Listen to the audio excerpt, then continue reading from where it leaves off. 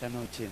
Padre, muchas gracias por estar aquí, disfrutar estos ambientes donde todo lo que portamos se libera y se une entre nosotros, y la unción es tan fresca, tan pura, y tu luz es tan genuina, y tu vida fluye, fluye, fluye, y en la medida en que la palabra corre, genera más espacio en nosotros para que la verdad fluya con más libertad, para que la vida fluya con más fuerza.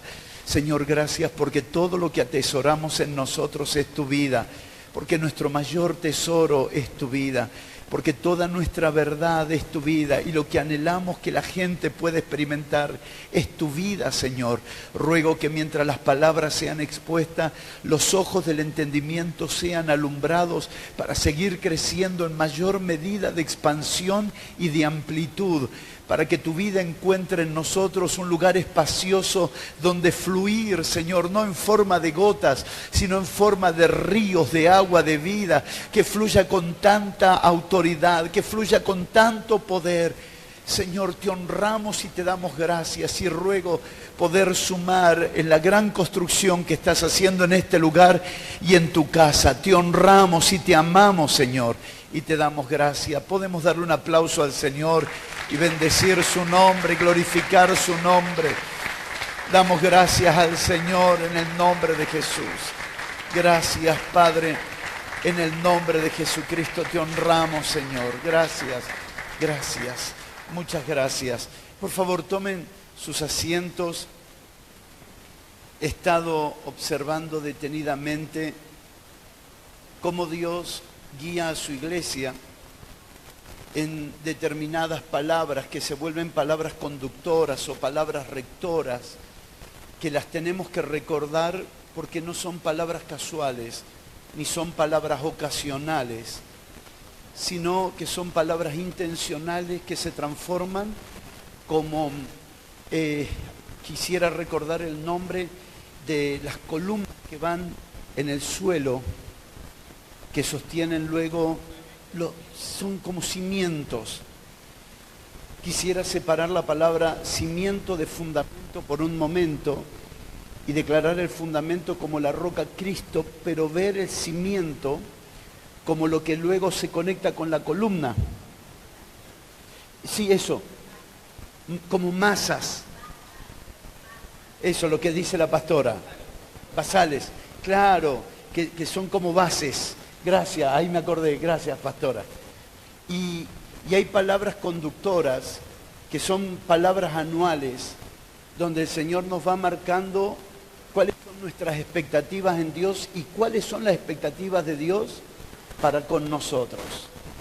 Y cuando leímos la palabra sobre edificar, es una palabra muy importante donde nos llama a nosotros a la responsabilidad, a cómo cada uno va a sobreedificar sobre el fundamento que es Cristo. Y viendo detenidamente la palabra sobreedificar, uno de los pensamientos que vino a mi corazón, que vengo trabajando hace ya 3 meses en esta palabra, es la palabra, bendiciones Fabio, es esta palabra, cómo conducirnos en la iglesia. Cómo conducirnos en la iglesia.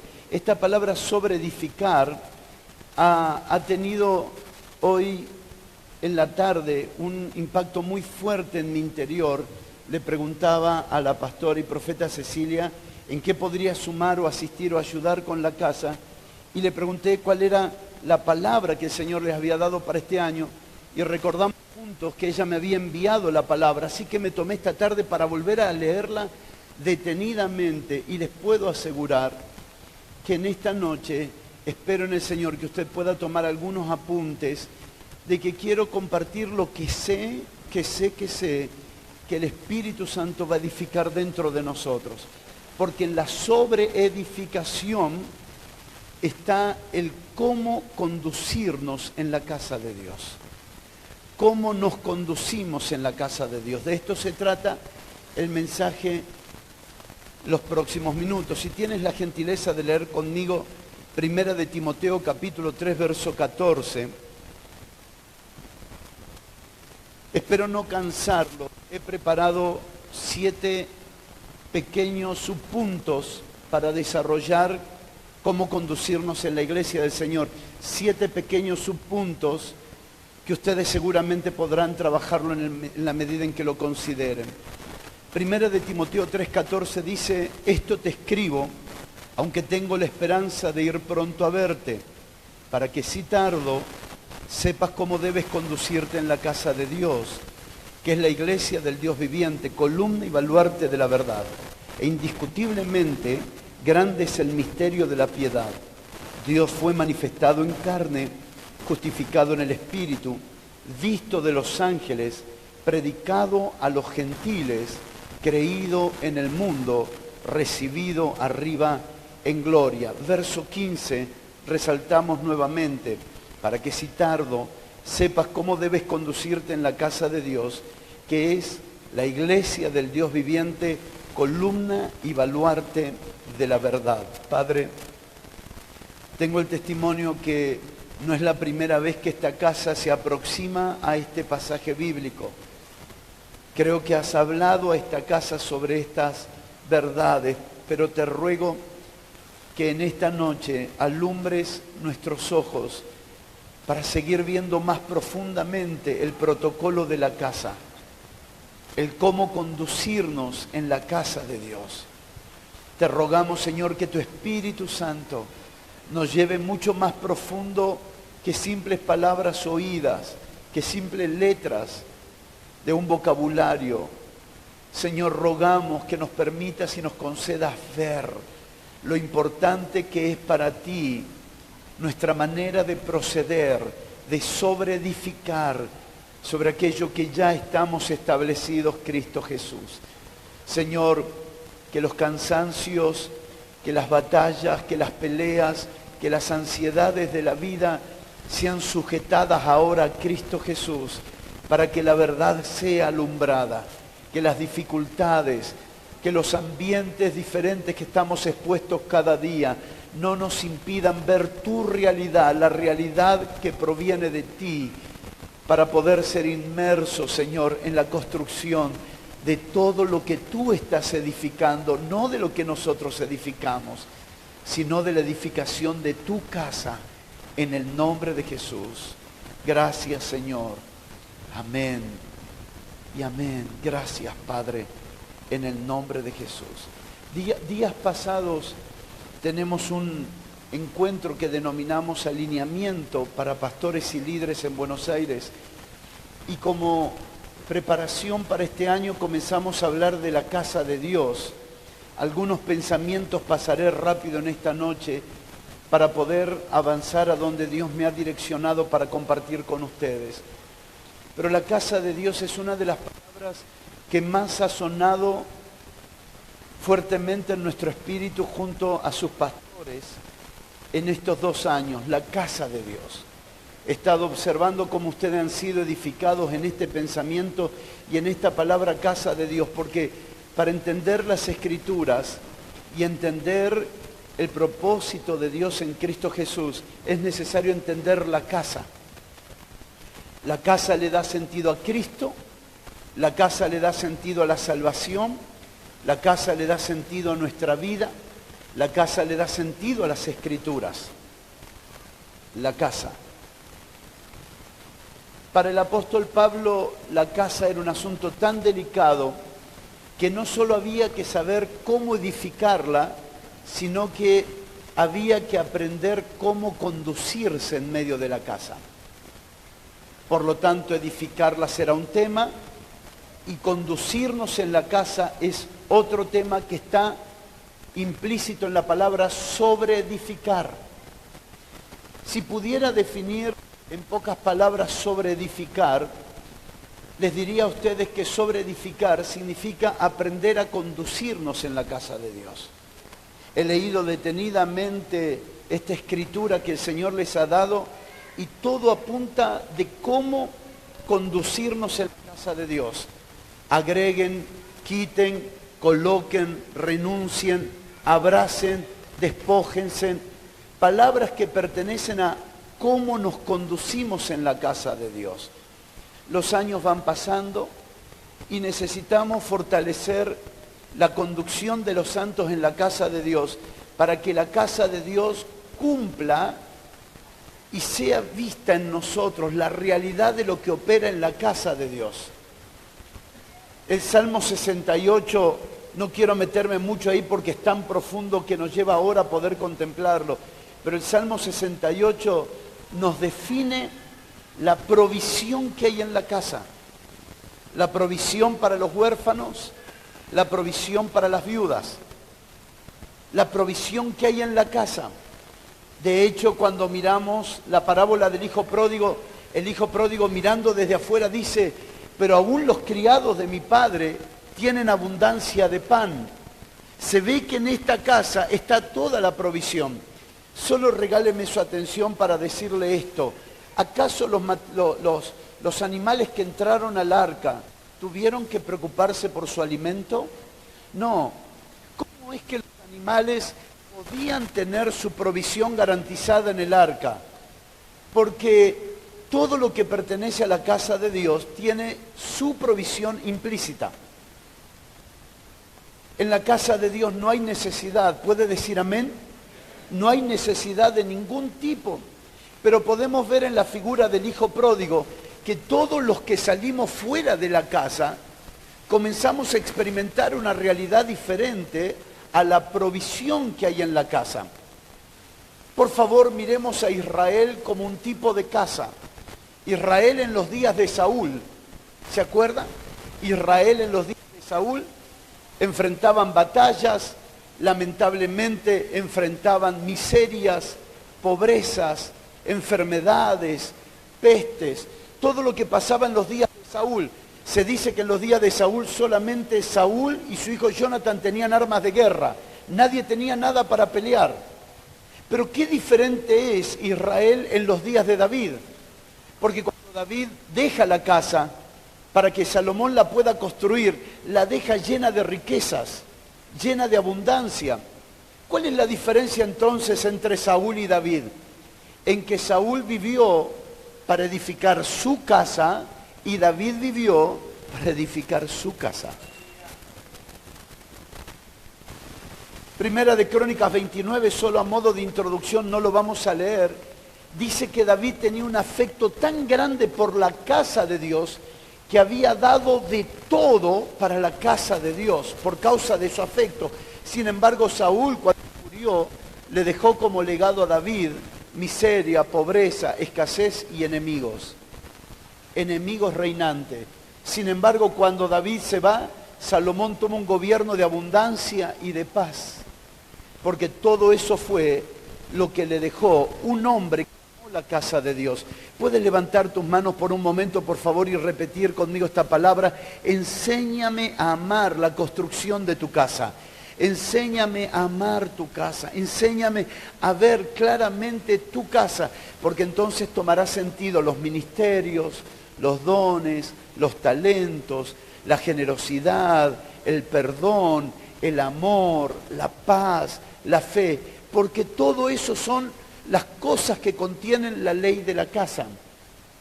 Compartía con un grupo de pastores días pasados mi experiencia en Nueva Zelanda, entendiendo y viendo las riquezas de la cultura de nuestros hermanos en Cristo en Nueva Zelanda.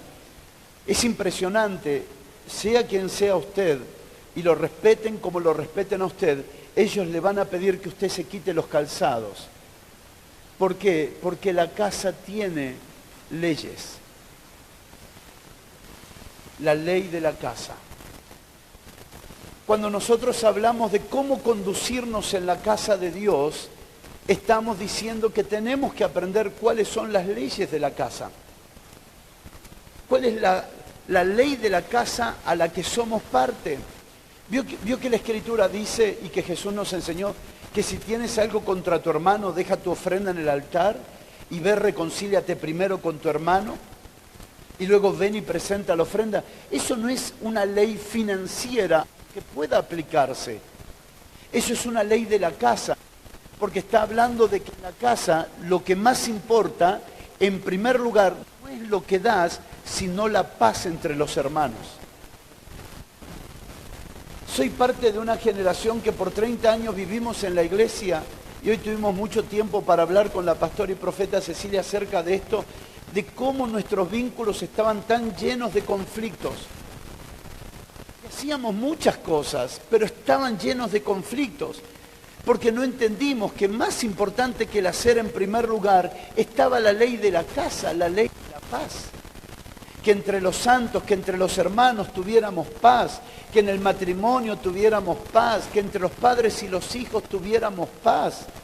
¿Cuál cree usted que es el fruto más importante de un papá cuando llega a su casa? Poner esa comida tan rica en la mesa, la bebida en la mesa, el postre en la mesa. ¿O un padre se va a poner más feliz de sentarse a una mesa donde todos están en paz? Donde mira a su esposa y está en paz, donde mira a sus hijos y está en paz. Y entonces toma sentido lo que Salomón dice: mejor es un pequeño bocado de pan en paz que abundancia de comida en rencilla. Nos está diciendo entonces en la ley de la casa, el valor de la casa. Y podríamos hacer muchas cosas más para hablar acerca de la ley de la casa. Pero quiero pedirle que por favor le dé a este año mucho sentido al congregar.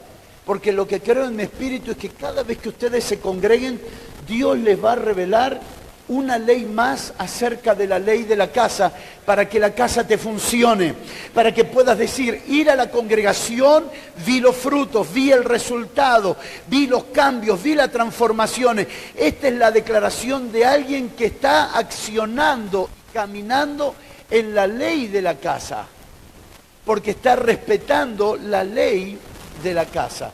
Esto a modo de introducción. Los 7 subpuntos que espero el Señor me acompañe y ustedes también, para poder compartir. Y si no, dejaremos por la mitad y volveremos en algún otro momento que los pastores nos reciban.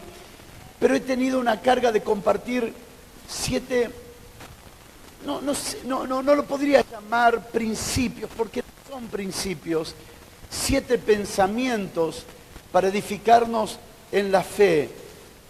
El primero es: la iglesia es la casa de Dios. La iglesia es la casa de Dios. El apóstol Pablo dice cómo debes conducirte en la casa de Dios, que es la iglesia. No es incorrecto pensar que este lugar sea iglesia, porque cuando se reúnen los santos en un lugar, ese lugar y esa reunión de los santos es iglesia.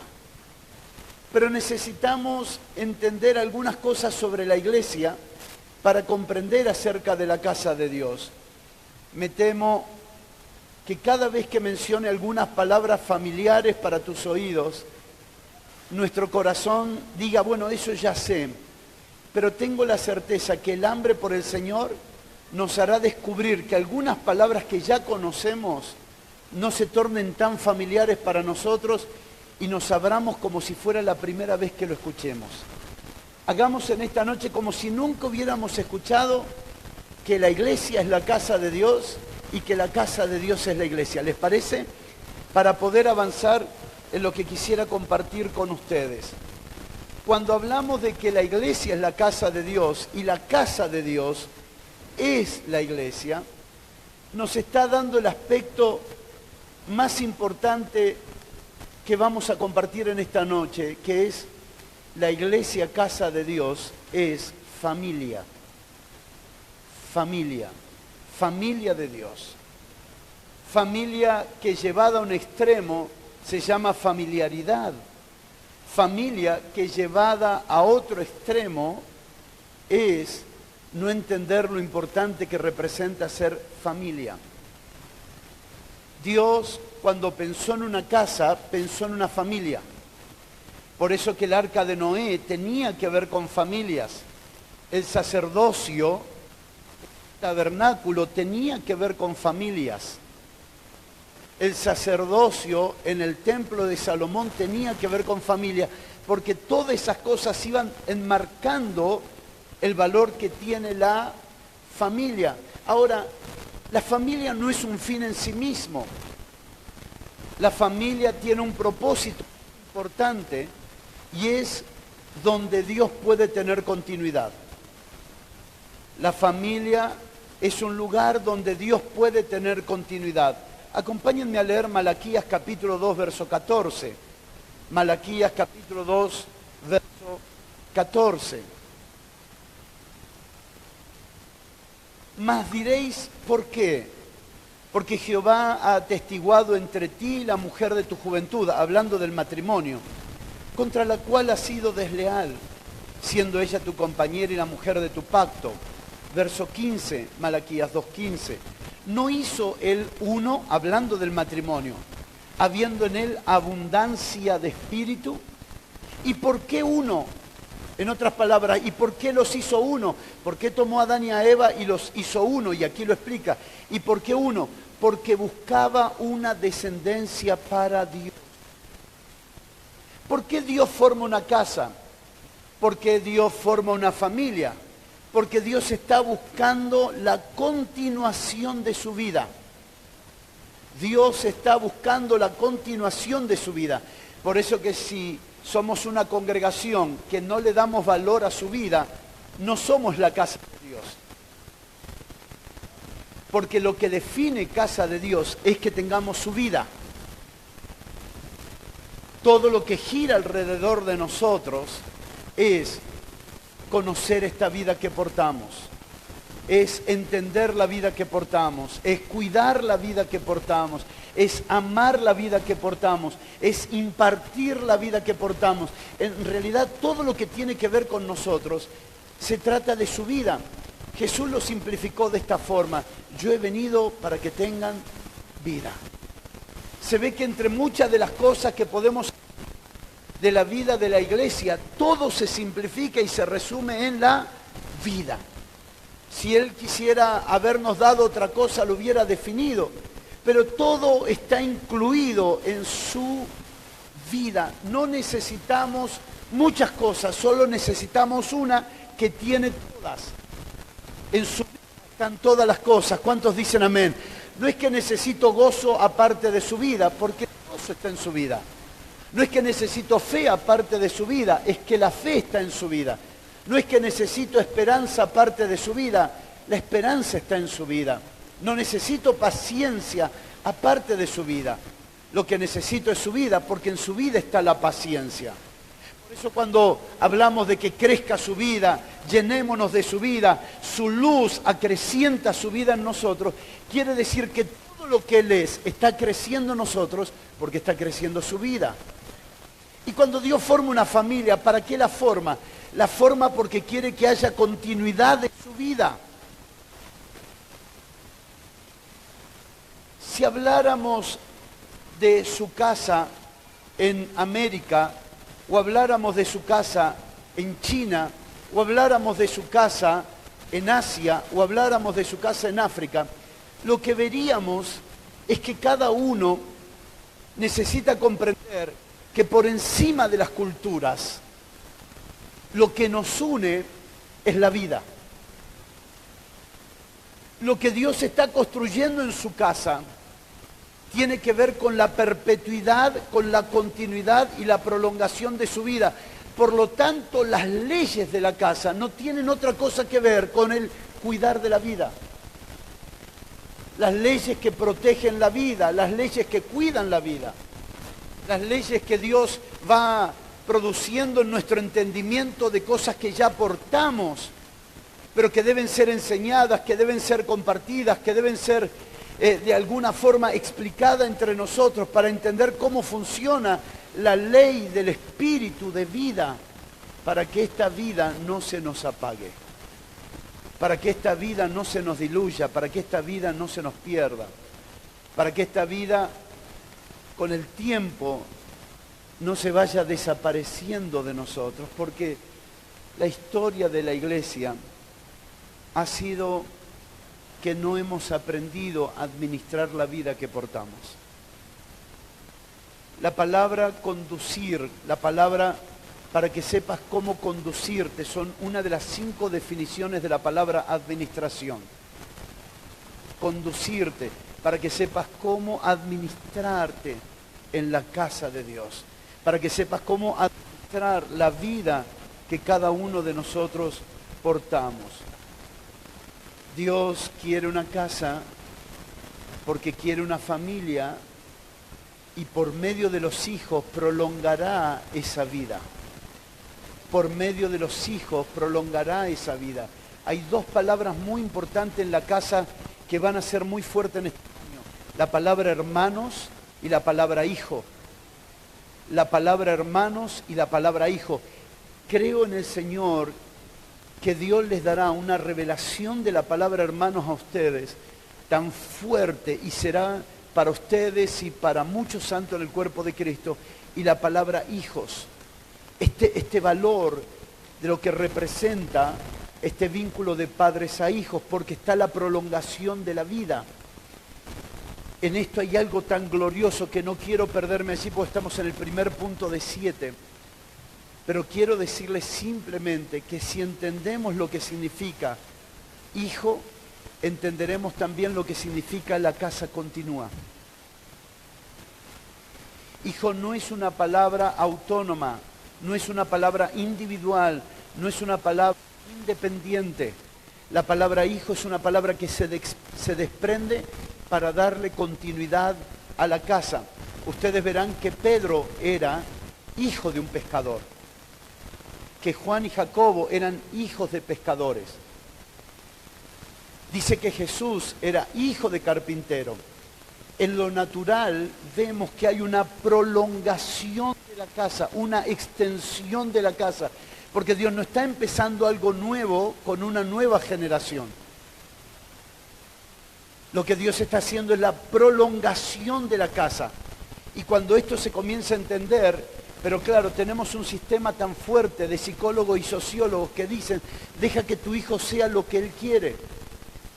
Entonces se rompe el pensamiento del Salmo 127. El pensamiento del Salmo 127 dice que los hijos son como flechas en las manos del valiente en una aljaba. En otras palabras, que son lanzados por los padres, que son lanzados por el Padre, que no son personas que se cortan solas, para definirlo rápidamente, sino que son una continuidad. Ahora, el no entender los padres que los hijos son continuidad, no les marcamos destino. Y a los hijos, al separarse de los padres, no se dejan marcar destino. Por lo tanto, los hijos tienen que abrirse camino en la vida cuando no fue creado por Dios que los hijos se abran camino, sino que los padres le abran camino a sus hijos. Y entonces de generación en generación todo es más rápido, todo es más rápido. Por eso necesitamos comprender por qué Dios piensa en una casa, por qué Dios pensó en una familia, por qué Cristo vino en forma de hijo,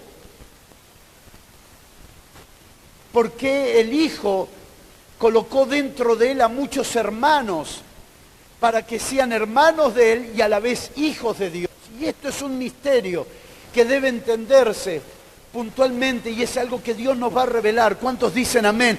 Para entender cómo conducirnos como hermanos, porque la historia bíblica nos enseña que la historia no nos dejó un excelente legado de cómo ser hermanos. Desde Caín en adelante, los hermanos fueron instrumentos para dañar a sus propios hermanos. Y en el siglo XXI, el no entender lo que representa hermanos también. Dios te va a usar para cuidar a muchos hermanos. Dios te va a usar para edificar, para fortalecer, para sostener a muchos hermanos. Porque vamos a entender qué significa. No me avergüenzo de llamarlos hermanos. Hermano, este año nadie se perderá entre nosotros. Porque no vamos a desistir de nadie. Y aunque alguno se equivoque y alguno falle, no nos avergonzaremos de ello porque Cristo no se avergonzó de nosotros. Vamos a cuidar a nuestros hermanos, vamos a fortalecer a nuestros hermanos, vamos a levantar las manos de nuestros hermanos hasta que lleguen a ser todo lo que Dios dijo que serían, porque entendemos lo que significa ser hermanos. Pero todo esto tiene que ver con la prolongación de la casa, lo que tiene que ver con la prolongación de la vida, garantizar la vida de Dios en nuestros hijos. La segunda cosa de por qué Dios quiere una casa es porque la casa es el lugar donde somos verdaderamente expresados. La casa es el lugar donde somos verdaderamente expresados. La función de una casa es expresar y manifestar al dueño de la casa. Si quiere saber cómo es alguien, mire su casa. Por eso muchos de nosotros estamos aquí adentro con una santa inquietud de que podemos alcanzar un lugar mejor. Si estás siendo inquietado por Dios de que puedes alcanzar un lugar mejor, una casa mejor, no es algo que nazca en ti, eso nació en Dios. Recuerden que para Dios, antes de poner al hombre, la casa fue un lugar que Dios trabajó mucho para ofrecérsela al hombre. La casa habla del Dios a quien estamos expresando. La casa habla mucho de los dueños, por eso tratamos de arreglar permanentemente nuestras casas, porque las casas hablan de nosotros. Y nada representa mejor a Dios que su casa. Para dar tiempo a los que escriben, ¿puede repetir conmigo? Nada representa más a Dios que su casa. Nada representa mejor a Dios que su casa. Por eso te ruego este año 2018, por la excelencia de esta casa, por la excelencia de tu casa, sigamos avanzando en el proceso de las remodelaciones. Bendigo la belleza de este lugar. Cada vez que venimos hay algo nuevo, hay algo más lindo, hay algo más hermoso. Y eso habla de modelarlo cada vez más. Bendigo que esto nunca se termine y que Dios siempre levante un pueblo generoso para que esta casa siga siendo hermoseada, para que de año en año la gente diga cómo prospera esta gente. Y cuando la gente diga eso, lo que estará diciendo es, Dios está entre ellos. La casa es un lugar importante donde Dios es expresado. Tercero, la casa de Dios es el lugar donde Dios encuentra reposo. La casa de Dios es el lugar donde Dios encuentra reposo. ¿Cuál es el mejor lugar que quisieras vivir permanentemente? El lugar donde encuentres reposo. El lugar de reposo es el mejor lugar para nuestra vida. ¿Y sabe para qué Dios nos dio una casa? Para que sea un lugar de reposo. Porque su casa es un lugar de reposo.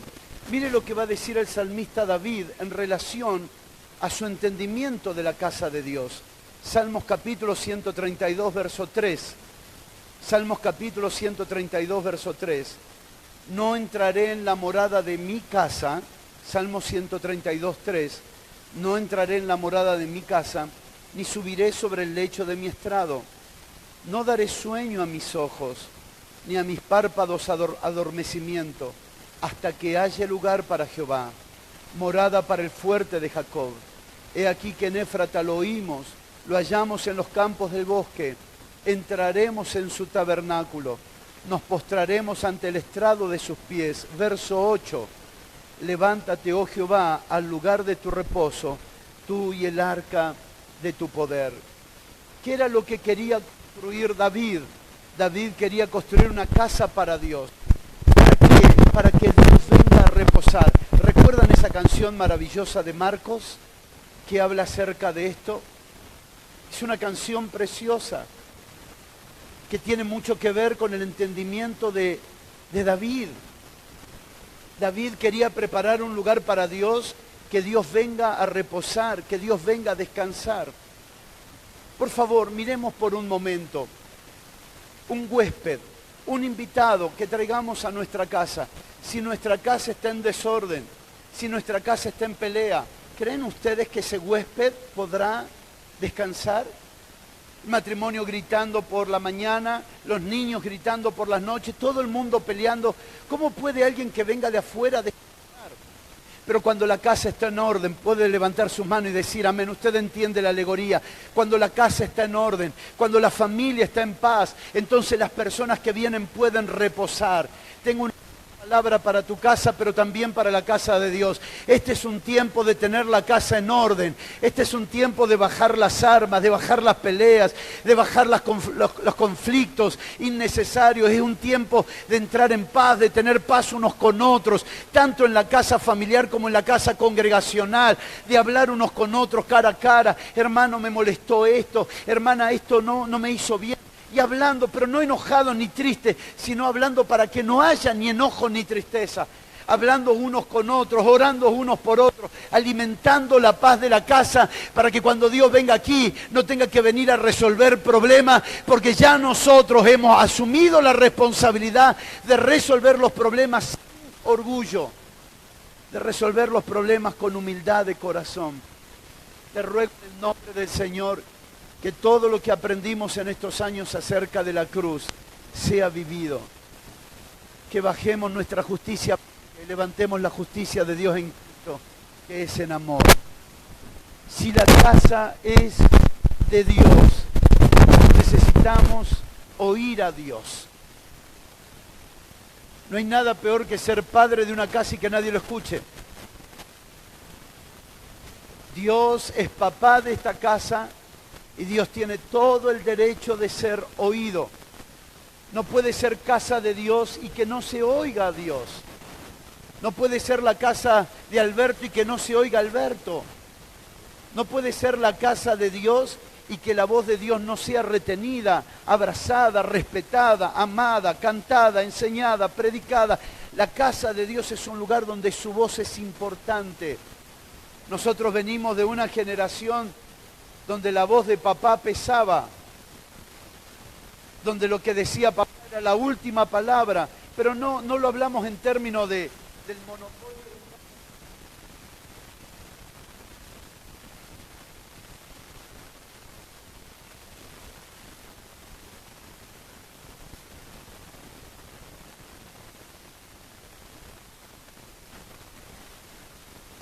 Volverá a recuperar nuestros sistemas corruptos donde los chicos piensan que a los 2, 3 años ya pueden gobernar la casa, donde los hijos gobiernan y los padres se pelean sobre los hijos, sino donde se vuelve a restaurar el orden del principio de autoridad. Y si pasa en nuestros hogares, también va a pasar en la casa de Dios, donde la voz de Dios volverá a ser tan fuerte. Y si Dios lo dijo, no hay más discusión. ¿Cuántos dicen amén? Si Dios lo habló, no hay más discusión. Si Dios es el Dios de la casa, entonces Dios debe ser oído. Porque si Dios no es oído, entonces lo que estamos construyendo no es la casa de Dios. Para finalizar este primer punto, porque son recontra mega mini subpuntos de los subpuntos, es toda casa tiene leyes, conscientes o inconscientes, toda casa tiene leyes. La casa de Dios no es la excepción. La casa de Dios también tiene leyes, pero estas leyes son espirituales, pero estas leyes son importantes que se entiendan para poder disfrutar todo lo que hay en la casa de Dios. El segundo subpunto, y espero ir más rápido, espero escuchar amén. El segundo subpunto es saber cómo conducirnos en la casa de Dios. Hemos leído este pasaje de 1 Timoteo 3:15, que lo escucharemos por varios minutos para que sepas cómo debes conducirte en la casa de Dios. Si Dios nos está llamando a ser parte de su casa, una de las palabras bien interesantes que debemos usar es la palabra administración. En menor o mayor grado todos somos administradores, en menor o mayor grado a quien se le coloca en la puerta se le da la responsabilidad de administrar la bienvenida, a quien se le entrega el sonido, administrar el sonido. Todos en mayor o menor grado estamos administrando algo. El punto es que para entender el valor de la administración, primero tenemos que entender el valor de la iglesia. Lo que administramos toma más fuerza si entendemos que lo que administramos se llama iglesia. En otras palabras, no es una cámara de video, es iglesia. No es una puerta, es iglesia. No es un ventilador, es iglesia. No es un asiento, es iglesia. No es una persona, no es un adicto a las drogas, no es una prostituta, no es alguien que vino simplemente de visita, es iglesia. Porque al entrar a la casa de Dios se transforma en iglesia. Por lo tanto, necesitamos ocupar mucho tiempo para antes de entender administración, entender iglesia. ¿Qué es iglesia? Y es una palabra que estoy plenamente seguro que en este pensamiento de sobreedificar se hará más fuerte entre nosotros. ¿Qué es iglesia? ¿Cuál es el propósito de la iglesia? ¿Cuál es la naturaleza de la iglesia? Preguntas que individualmente nos tenemos que hacer. Preguntas que nos tenemos que hacer individualmente, y quiero decirle por qué. Porque cuando usted está frente a una predicación de sus pastores, de los pastores colaboradores, de los hermanos, no se recibe de la misma forma cuando usted recibe una información que nunca se preguntó, a cuando usted recibe una información que usted primero se preguntó. Porque cuando usted se preguntó algo y ahora viene esa información, usted la valora el doble. Porque es una respuesta a lo que usted se había preguntado. Para nosotros la palabra iglesia tiene algunos significados, pero necesitamos crear un mismo criterio sobre lo que es iglesia. ¿Qué es iglesia? ¿Cuál es la función, la naturaleza de la iglesia? Porque entonces nos llevará un poco más de tiempo aprenderlo, pero seremos más efectivos en ser iglesia. Seremos más efectivos en manifestarnos como iglesia. Recuerde, Pablo está preocupado en enseñarle a Timoteo que había que saber cómo conducirse en la iglesia. Si usted entra a determinado restaurante, hay restaurantes que usted entra y se tiene que servir usted. Si usted no sabe cómo conducirse, usted puede estar una hora sentado esperando que el mozo venga a servirlo. El mozo nunca vendrá. Usted tiene que saber cómo conducirse en los ambientes que entra. Si usted entra a una clínica, tiene que saber el procedimiento que tiene esa clínica. Si usted va a la comisaría, tiene que saber que hay un procedimiento que respetar. Si usted va al aeropuerto, usted no puede decir, yo quiero subir un avión. No, usted tiene que respetar el protocolo, el procedimiento para llegar hasta el avión. Usted tendrá que pasar por el check-in, tendrá que pasar por migraciones, tendrá que pasar por aduana, por controles. Aún para subir al avión tendrán que pedirle el pasaporte, usted lo tendrá que volver a mostrar. Y si va a Estados Unidos le volverán a revisar los bolsos, porque todo requiere un protocolo si usted va a entrar a determinados lugares. Hermanos, entrar a la iglesia es exactamente lo mismo. La gente entra y se va de la iglesia como si fuera un supermercado porque no conoce lo que es el protocolo de la iglesia. El sistema de crecimiento en los años pasados nos dañó mucho, nos perjudicó porque hizo de la iglesia un sistema de gente entrando y saliendo sin conocerse, sin saber los unos nada acerca de los otros. Es interesante cuando Pablo termina Romanos capítulo 16, él hace una lista de nombres. Menciona a los hermanos que estaban en Roma, a los que congregan en esta casa, a los que estaban en esta casa, a los que estaban y los menciona uno por uno, porque en el protocolo de esta casa, una de las leyes importantes es conocernos como personas. Es cómo es tu nombre. Por eso se crean ambientes propicios, encuentros, donde jugamos, nos divertimos, tenemos retiros para ir conociéndonos. Y este año va a ser un año donde nos vamos a conocer todos más y vamos a conocer persona por persona, porque en el protocolo de esta casa somos personas que nos reunimos, no seres. ¿Cuántos son? Somos 150, ¿cómo se llaman? No tengo la menor idea. No, nos vamos conociendo.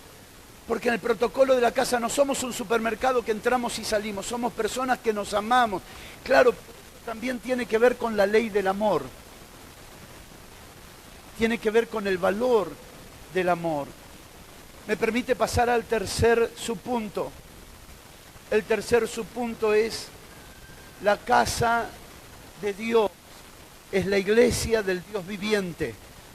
La casa de Dios es la iglesia del Dios viviente. No es casual que Pablo le ponga esta expresión, la iglesia del Dios viviente, porque así como es Dios, así es la iglesia. Si Dios es el Dios viviente, la iglesia también es viviente. Es interesante, no tenemos tiempo para desarrollar profundamente la palabra viviente, pero creo que ustedes ya lo han hecho junto al pastor Hernán. Definir la palabra viviente porque es una expresión muy rica, muy sabrosa en el espíritu. Pero déjeme mostrarle esta expresión.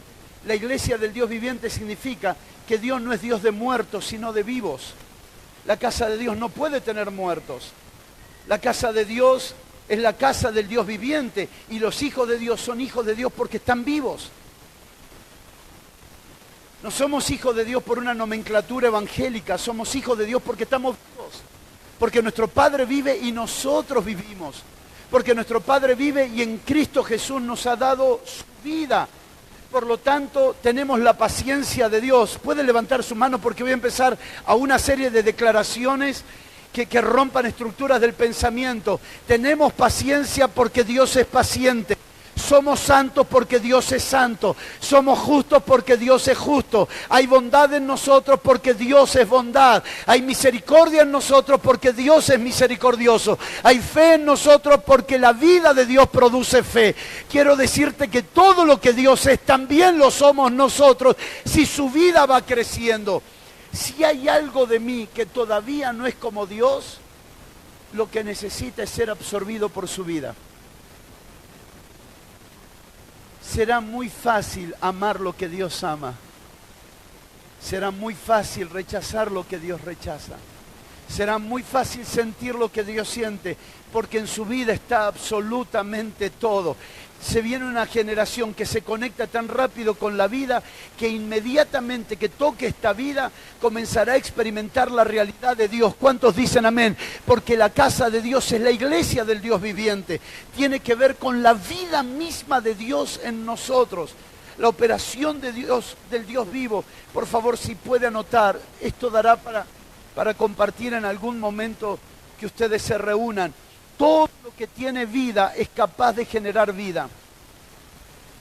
Todo lo que tiene vida es capaz de generar vida. ¿Por qué Dios buscó una casa? ¿Por qué Dios quería una casa? Para extender su vida, para prolongar su vida, para hacer que se extienda su vida. Y ahora vamos a ver qué tiene que ver esto con el Dios manifestado en carne. Porque es maravilloso. Solo deme un cuarto subpunto. ¿Me sigue hasta aquí? La iglesia es columna y baluarte de la verdad. La iglesia es columna y baluarte de la verdad. Primera de Timoteo 3:15. La casa de Dios es la iglesia del Dios viviente. En su casa están vivos, porque Dios es Dios de vivos. La casa de Dios es la iglesia del Dios viviente, columna y baluarte de la verdad. La palabra baluarte es una palabra tan interesante y tan rica. Algunas versiones usan la palabra fundamento, pero la palabra fundamento no es la más apropiada. La palabra más apropiada da la idea de bastión, da la idea de un lugar de defensa, de un lugar de protección.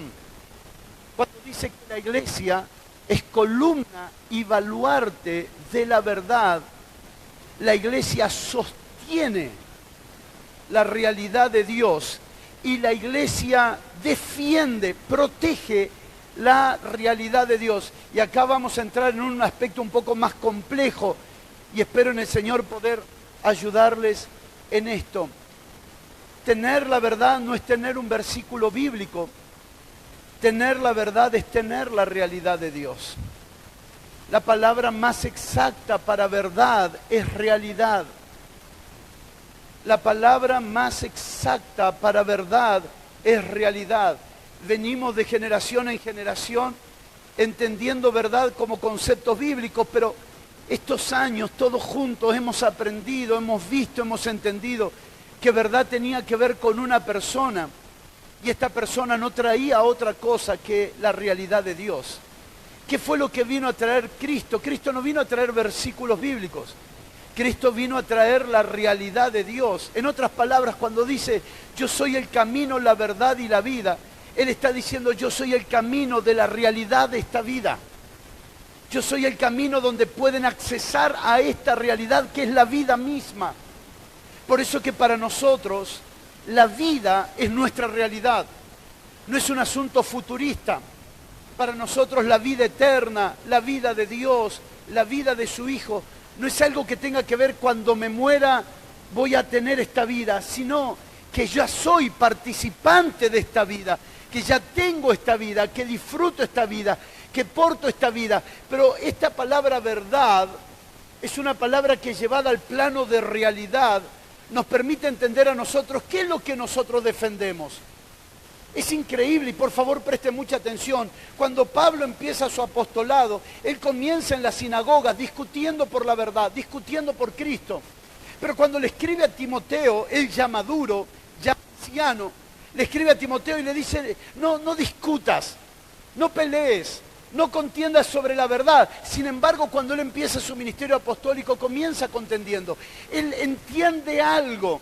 Él entiende que él no tiene que discutir por la Biblia, que él no tiene que discutir por las Escrituras, que lo que él tiene que hacer es defender en su propia vida la realidad de Dios.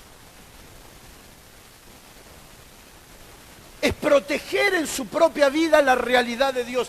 Porque hay gente que no va a creer a lo que tú digas, pero va a creer a la realidad que tú vives. Tu realidad va a ser la columna y el baluarte de la verdad. Levanta tus manos, por favor. Año 2018. Año 2018. La realidad de Dios en mí será el testimonio que atraerá a los huérfanos a la casa de Dios. Mire, hermano, no hay nada peor que los evangélicos que no vivan la realidad de Dios, porque terminan siendo la piedra de tropiezo para que la gente no entre. Aquí estaba apuntando Jesús cuando dice que los religiosos no entraban ni dejaban entrar, que estaban a la puerta. ¿A la puerta de qué? Él no estaba hablando a la puerta de un templo hecho con manos humanas. Él estaba hablando de los que no entran a la realidad de Dios y se ponen en la puerta para que otros no vivan la realidad de Dios. ¿Quiénes pueden ser los que más anulen la realidad de Dios? Aquellos que dicen que la tienen y no la tienen. La fuerza más grande de la predicación del Evangelio no está en nuestra oratoria, no está en nuestra capacidad de hablar, no está en nuestro lenguaje. La fuerza más grande de este Evangelio es que este Evangelio es una realidad divina, es una realidad de vida, es una realidad eterna. Puedes levantar tus manos, porque hermano, se puede contender sobre versículos bíblicos, pero ¿cómo se contiende en base a la realidad? Es imposible, es imposible. Le dijeron, dinos quién te sanó, dinos quién te sanó. Y él dijo, no sé quién me sanó, lo único que sé, que yo venía a todas las reuniones de la sinagoga y nunca vi nada. Y vino este hombre y con 2 palabras me hizo ver. Antes no veía y ahora veo. Y contra tal fundamento no se puede refutar. ¿Cómo se refuta la realidad de vida? ¿Cómo se refuta la realidad de vida? Es imposible, porque la realidad de Dios en nosotros es la mejor expresión que Dios tiene para darse a conocer a través de nuestra vida. Por eso es que el Evangelio es una realidad. Puede abrazar a su hermano y decirle, esto es una realidad, no es una doctrina, no es una teoría, no es teología, es realidad. Es tan maravilloso leer este pasaje de Juan 1:14, por favor. Préstele mucha atención porque entenderemos columna y baluarte de la verdad en Dios manifestado en carne. Juan 1:14, y aquel verbo fue hecho carne y habitó entre nosotros y vimos su gloria, gloria como del unigénito del Padre. ¿Lleno de qué? Ahora, cambiemos la palabra verdad por la palabra realidad y volvamos a leer. Y aquel verbo fue hecho carne y habitó entre nosotros y vimos su gloria, gloria como del unigénito del Padre, lleno de gracia y de ¿qué? En otras palabras, para los que están escribiendo, pueden anotar por favor, la realidad de Dios se hizo carne, eso es Jesús. Eso es Jesús. Señores, la realidad de Dios se hizo carne, eso es Jesús. Dios haciéndose real en la vida de una persona. La realidad de Dios hecha carne. ¿Cuál es la columna y baluarte de la verdad?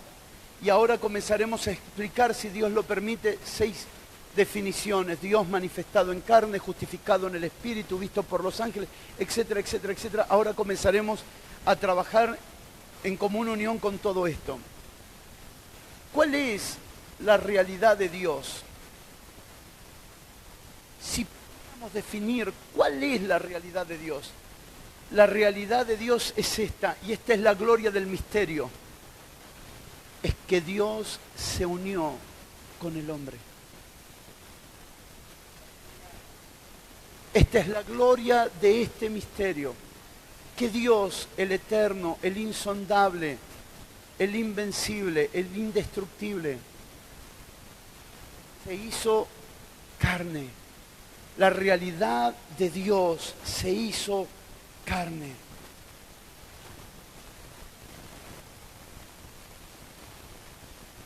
Eso es Cristo.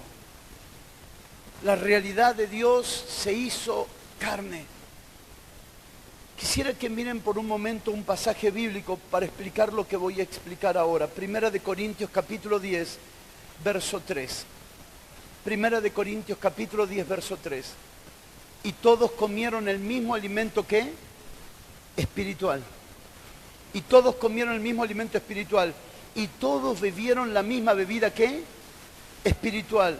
Porque bebían de la roca espiritual que los seguía, y la roca era Cristo. La pregunta es la siguiente, y si por favor puedes considerar lo que voy a decirte ahora. ¿Qué era más real? ¿Me sigue? ¿Qué era más real? ¿El maná o Cristo, que era la comida espiritual? ¿Qué era más real? Bueno, lo responderemos según la naturaleza que nos gobierna. Porque Israel definió maná como el pan que comió en el desierto, pero Dios definió maná como el Cristo que ellos comían. Así que estamos en presencia de dos realidades. Por favor, si puedes mirarme. Dos realidades. Desde la realidad de Dios había una comida espiritual. Dios le estaba dando a Cristo. Pero desde la realidad de Israel, ellos estaban recibiendo un milagro de provisión llamado maná. Desde la realidad de Dios, ellos estaban bebiendo a Cristo, el que come y bebe de mí. Pero desde la realidad natural, ellos estaban bebiendo agua de la roca. La pregunta es la siguiente ahora. Dios siempre quiso dar a conocer su realidad, pero los hombres naturales nunca la pudieron ver. ¿Por qué? ¿Por qué vamos a dar gracias por 5 panes y 2 peces? Porque para los hombres naturales 5 panes y 2 peces no es nada. Pero para los hombres espirituales 5 panes y 2 peces son Cristo.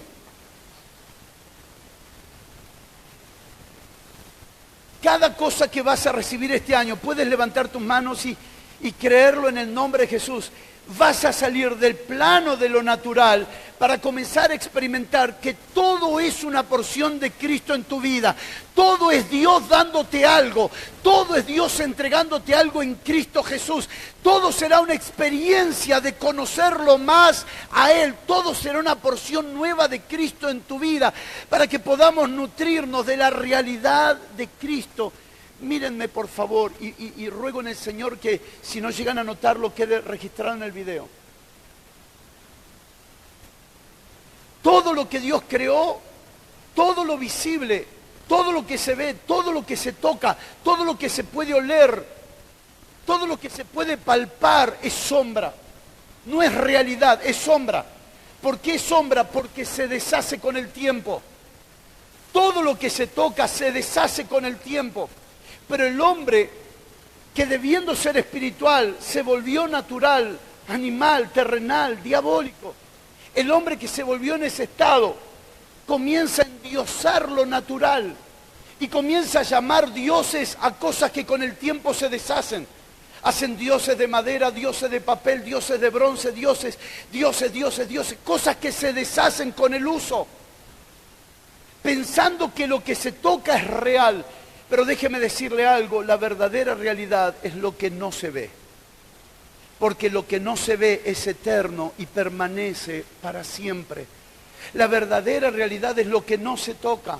Pero claro, para esto tenemos que volvernos a la vida del espíritu, a la vida espiritual, para dar sentido a lo que verdaderamente tiene sentido. Las sombras van a pasar, pero la realidad de Dios permanece para siempre. Las sombras van a pasar, mis hermanos, todo lo que puedes tocar, oler, todo lo que puedes ver va a pasar. Tiene día, hora y sentencia de desaparición. Lo que no desaparece es la realidad de Dios. Pero claro, para eso vino la verdad. La verdad vino para introducirnos a la verdadera realidad, a la realidad de Dios. Si puedes anotar, por favor, anota lo siguiente. La iglesia es un lugar donde la realidad de Dios habita. La iglesia es un lugar donde la realidad de Dios habita. Es defendida y es sostenida. La iglesia es un lugar donde la realidad de Dios habita. Es sostenida y es defendida. No fui llamado a defender versículos bíblicos. Es más, con algunas personas llegamos a puntos donde no existen. Yo no creo en esto y está bien. No hay forma de contender cuando alguien se cierra. En algunos lugares llegamos y le dicen, ¿saben qué? Yo no creo sobre los apóstoles, ningún problema. No nos vamos a poner a discutir sobre eso porque hay una realidad que supera la funcionalidad. ¿Cuántos dicen amén? Yo no creo en esto, yo no creo en aquello. Hermano, no se ponga a discutir con la gente sobre lo que dice no creer. Deje que la realidad que te habita sea la que defienda por sí mismo. ¿Cuántos dicen amén? Porque la realidad que te habita será la mejor defensa para lo que estamos exponiendo y modelando en Cristo Jesús. Quinto, grande es el misterio de la piedad. Quinto, grande es el misterio de la piedad. ¿Qué es grande es el misterio de la piedad? Que Dios habite en carne. Que Dios entre al hombre, que Dios se una al hombre. Grande es el misterio de la piedad y te ruego, Señor, que alumbres los ojos de nuestro entendimiento porque nuestra mente no puede comprender tal misterio. Grande es el misterio de la piedad. Que Dios habite en un hombre, que Dios se haga uno con el hombre, que Dios sea manifestado en carne. Estoy en la recta final de este mensaje. Ruego que estos próximos 15 minutos nos puedan ayudar a comprender lo que significa 1 Timoteo capítulo 3, verso 15. Grande es el misterio de la piedad. Si quieres leerlo conmigo, por favor, haríamos bien en hacerlo. 1 Timoteo capítulo 3, verso 15 y 16. Dice este pasaje: para que si tardo sepas cómo debes conducirte en la casa de Dios, que es la iglesia del Dios viviente, columna y baluarte de la verdad. E indiscutiblemente, puede decir conmigo, indiscutiblemente. ¿Qué significa indiscutiblemente?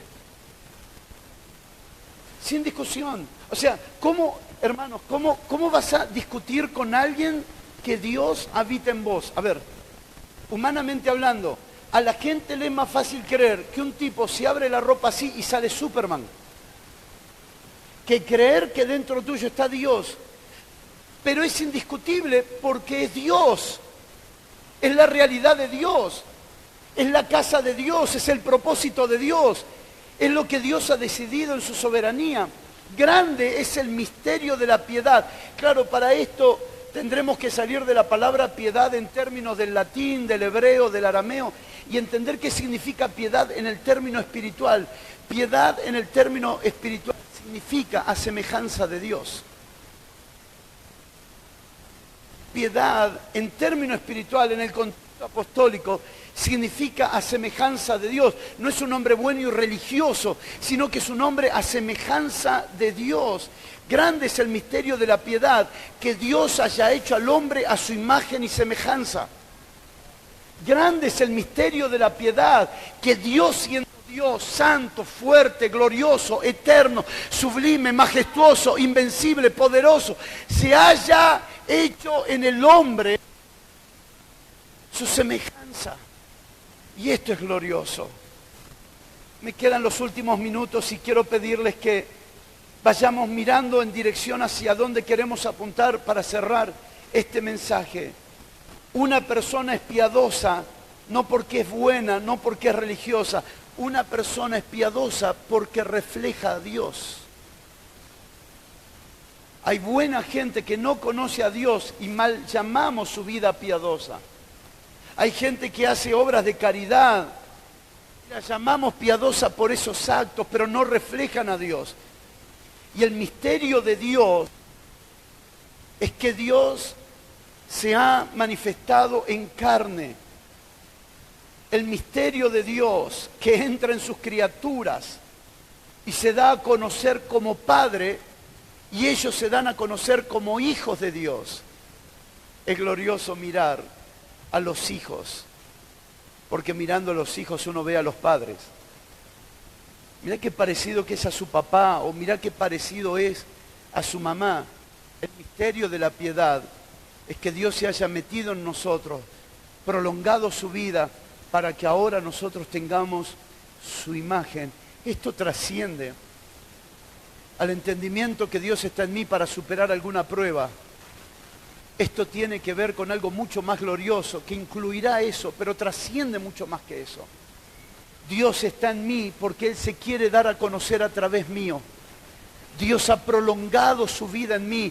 Dios me ha traído a su casa, no solo para llenarme de bienes, sino para darse a conocer a través mío, para darse a conocer a través nuestro. Y no solo darse a conocer en términos de milagros, en términos de señal y prodigio, lo cual es glorioso, sino darse a conocer en términos de imagen y semejanza.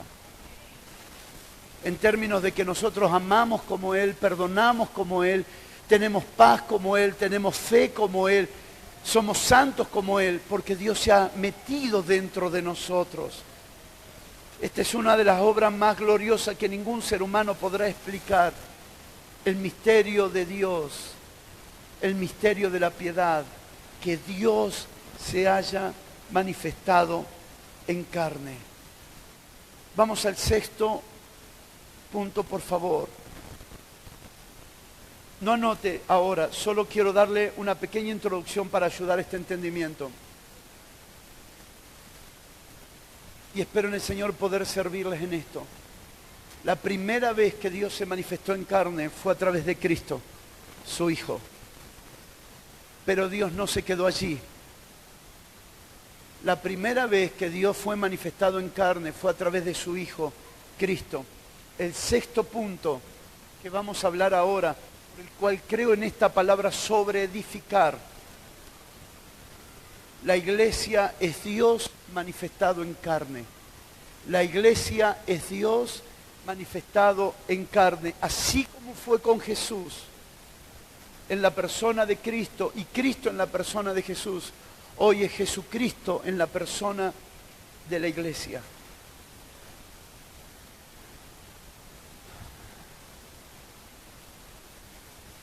¿Qué es la iglesia entonces? La iglesia es Dios manifestado en carne. Esta es la medida que debemos alcanzar. Primero por la fe y luego alcanzar la realidad.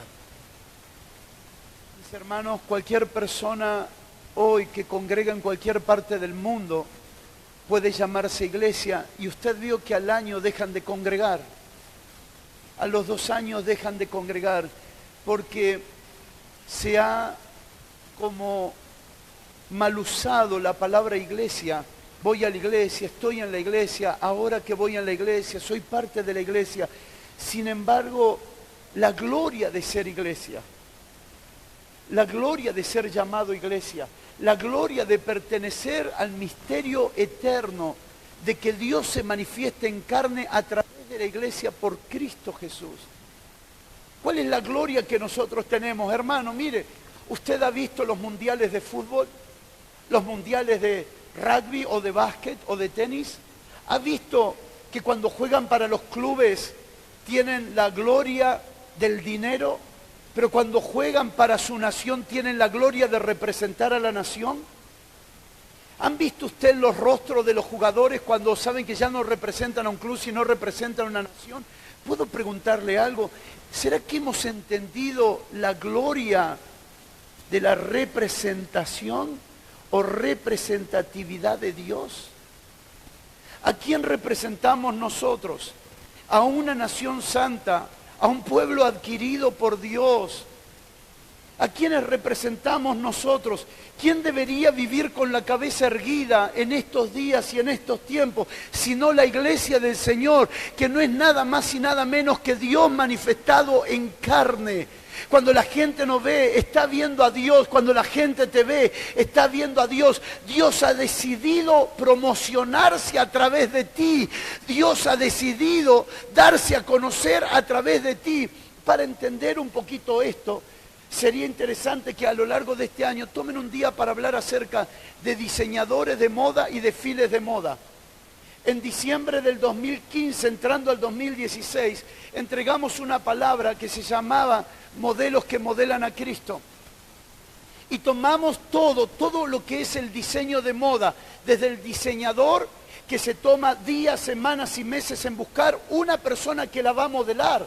No se escoge así nomás, porque él sabe que lo que va a modelar es tan importante como quién lo va a modelar. Usted está vestido de Cristo. ¿Cuántos dicen amén? Usted está vestido de Cristo, pero Dios escogió que esa vestidura llamada Cristo sea modelada por usted. O sea que Dios te escogió entre muchos porque cree que usted va a poder modelar el diseño eterno llamado Cristo Jesús. Qué gloria tenemos y qué privilegio tenemos de tener la responsabilidad de modelar al diseñador eterno que es nuestro Padre Celestial y modelar su diseño eterno que es su Hijo Jesucristo y ser nosotros su modelo para modelar su diseño eterno. La gente consumirá a Cristo porque te consume a ti. La gente querrá a Cristo porque te quiere a ti, porque Dios ha decidido darse a conocer por medio tuyo. Los próximos días no habrá separación entre invitar a alguien a la iglesia y darnos a conocer nosotros como iglesia. La gente no cambiará de ambiente viniendo al templo, porque entrando a tu casa estará disfrutando de la iglesia. ¿Cuántos dicen amén? Es todo el tiempo, es todo el tiempo. Dirán, ahí llegaron los de la iglesia, no porque llegaron con sus Biblias, sino porque llegaron los hombres que experimentaron la gran piedad de Dios, que Dios sea manifestado en carne. Es glorioso poder avanzar en el entendimiento. Por favor, que no se te pasen los años en la iglesia sin crecer en el Señor. Investiga, ora, busca, entra cada vez más en sentido de mayor responsabilidad para entender qué es iglesia. Porque la última parte que debo hablarles ahora es una parte demasiado importante. Quiero hablarles del misterio de Cristo en términos de la casa de Dios, el misterio de Cristo como casa de Dios. Primera de Timoteo capítulo 3 verso 16 dice, justificado en el Espíritu, visto de los ángeles, predicado entre las naciones, creído en el mundo, llevado arriba en gloria. ¿Quién es la persona de quien Pablo está hablando? Cristo. Cristo es justificado en el Espíritu. Cristo es visto de los ángeles. Cristo es predicado entre las naciones. Cristo es creído en el mundo. Cristo es llevado arriba en gloria. Ahora, aquí está el punto. ¿Cuál es el gran misterio de la piedad? Que Dios se hizo carne. Por lo tanto, ¿cuál es el misterio de la piedad en términos de la casa de Dios?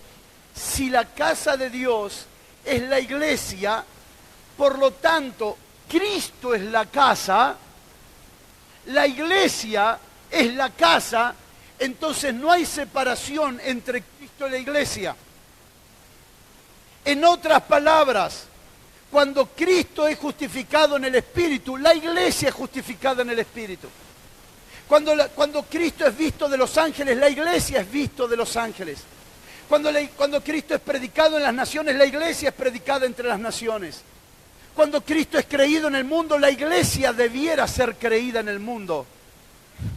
¿Cuánto están entendiendo, hermano? Digo esto porque se disoció Cristo de la iglesia. Y entonces la gente tiene que creer en Cristo. La pregunta es, ¿cómo creerán en Cristo si primero no creen en la iglesia? ¿Por qué estoy tratando de construir toda esta serie de pensamientos? Para no llegar a la conclusión rápidamente y decirle a ustedes, mis hermanos, que si la gente no cree en la iglesia, jamás tampoco creerá en Cristo. ¿Por qué es importante la sobreedificación? Porque fíjese cada uno cómo sobreedifica. Porque por tu causa alguien se salvará o por tu causa alguien se condenará. No se puede creer en Cristo si no se puede creer en la iglesia. Porque Cristo y la iglesia en el propósito de Dios son uno. Son uno. Entonces aquí yo me llamo a perder en la vida, pero que no pierda a Dios. No quiero ser un estorbo para que alguien no crea en Cristo. Si tenemos que perder, perdamos, señores. Pero que no pierda aquel glorioso Dios que nos amó hasta la muerte de su Hijo para rescatar a todos los hombres y hacernos a nosotros instrumentos de esa salvación, participantes gloriosos de esa gloriosa salvación. Necesitamos avanzar en el pensamiento de sobreedificar, porque no hay separación entre Cristo y la iglesia. Si puedes ponerte de pie, por favor, y si me pueden acompañar un momento con la música.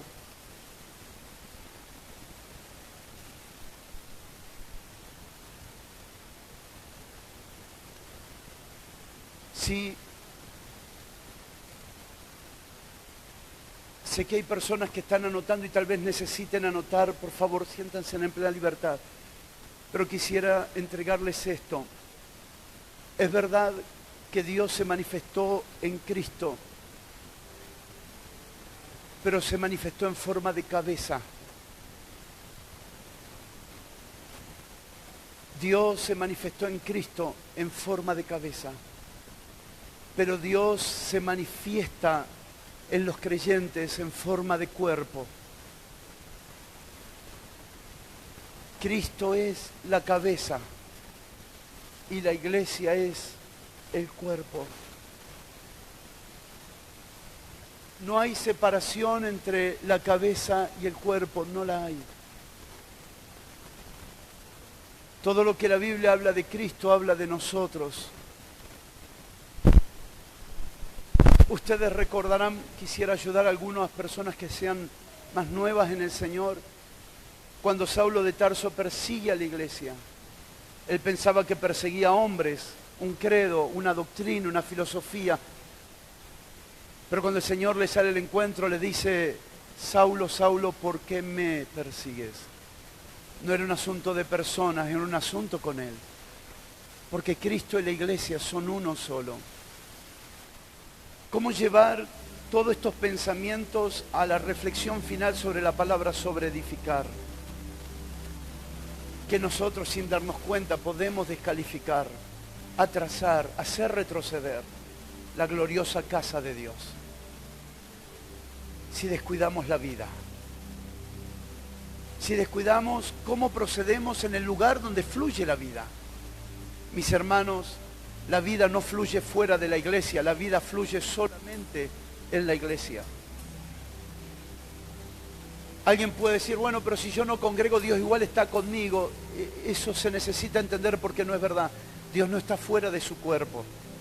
Necesito congregar porque su vida fluye cuando nos congregamos y fluye en medidas mayores. Necesitamos comprender el valor que tiene cuando nos reunimos, porque su vida abunda. Puedes levantar tus manos, porque sé que en tu espíritu hay una excitación de querer entender hacia dónde va todo esto. Es que hay una generación que tiene hambre de Cristo, pero necesita verlo en la iglesia. No puedo edificar otra cosa que no sea Cristo. No puedo edificar otra cosa que no sea Cristo, porque Cristo es la casa de Dios. Cristo es la casa de Dios. Hebreos 3:6 dice que nosotros somos en Cristo su casa. ¿Cómo la gente verá su casa? Porque ve a Cristo. ¿Y cómo ve a Cristo? Porque ve a la iglesia. Señor, este año me determino a sobreedificar lo que es Cristo y no lo que es mío. Me determino a sobreedificar que es tu casa más que mi casa. Me determino a sobreedificar con los elementos que tú quieres y no con los elementos que yo quiero. Con oro, con perlas, con piedras preciosas. Me determino a edificar tu casa, Señor, porque sé que todo lo que vamos a hacer será probado y en algún momento puede ser reprobado y hasta quedar por tierra arruinado. Pero tengo la certeza, Señor, que nuestra vida está siendo absorbida por Cristo, para que así cuando se vea a un hijo, se vea al Padre. Cuando nos vean a nosotros, lo vean a Él. Mueve tus manos por un minuto delante del Señor y dile: Espíritu Santo, ayúdame a entender lo que significa sobreedificar. No podemos dar otro modelo a conocer que no sea tu propia persona. Absorbe todo mi ser, absorbe todo mi ser, absorbe mis pensamientos, mis deseos, mis anhelos, absorbe mi voluntad, absorbe los planes que tengo para el año 2018, absorbe mis días, mis horarios, mis recursos financieros, absorbe mi familia, mi hogar, mi casa, absórbelo todo para que todo exprese tu persona, te exprese a ti y haya una prolongación de tu vida de generación en generación. Tú querías una casa para que tu vida sea prolongada, tu vida sea expresada, tu voz sea oída de generación en generación. Señor, como hace 2000 años atrás, vuelve a manifestarte en nosotros. Este es el gran misterio de la piedad, que Dios se una con el hombre y haga al hombre semejante a Dios. Que Dios se una al hombre y haga al hombre semejante a Dios. Este es el gran misterio de la piedad. Edifiquémonos. No perdamos una reunión. Permanezcamos firmes, fieles. Reunámonos en los lugares asignados para conocerlo a Él, para ser absorbidos por Él, para ser nutridos por Él. Veamos detrás de cada cosa material su realidad espiritual. Veamos detrás de cada momento una oportunidad para conocerlo a Él. Esta noche, para ti y para mí, han sido una oportunidad para conocerlo más a Él, para ser más absorbidos por Él. Vienen muchos días, vienen muchas temporadas de que Dios nos sacará de nuestros horarios, nos sacará de nuestras actividades particulares, porque habrá algo más de Él que se estará revelando a nuestras vidas, Señor. Que así como Cristo debe ser creído para que la salvación llegue a todos, que la iglesia sea creída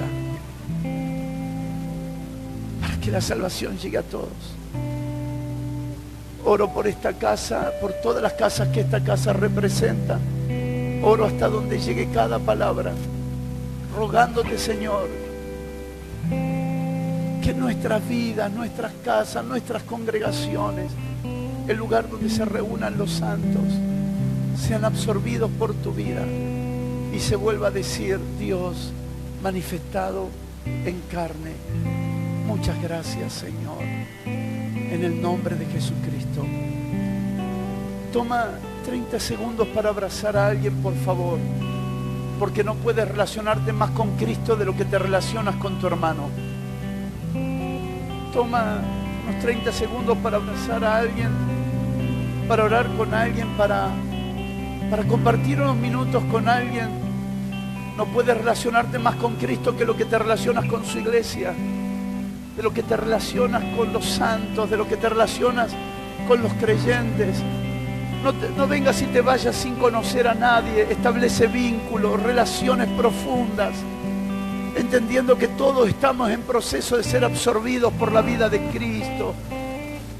En el nombre de Jesús, en el nombre de Jesús, que la gente crea en Él, porque nosotros lo reflejamos a Él. En el nombre de Jesús, gracias. Gracias, gracias, gracias. Muchas gracias, muchas gracias. Muchas gracias, muchas gracias, muchas gracias. Muchas gracias, muchas gracias.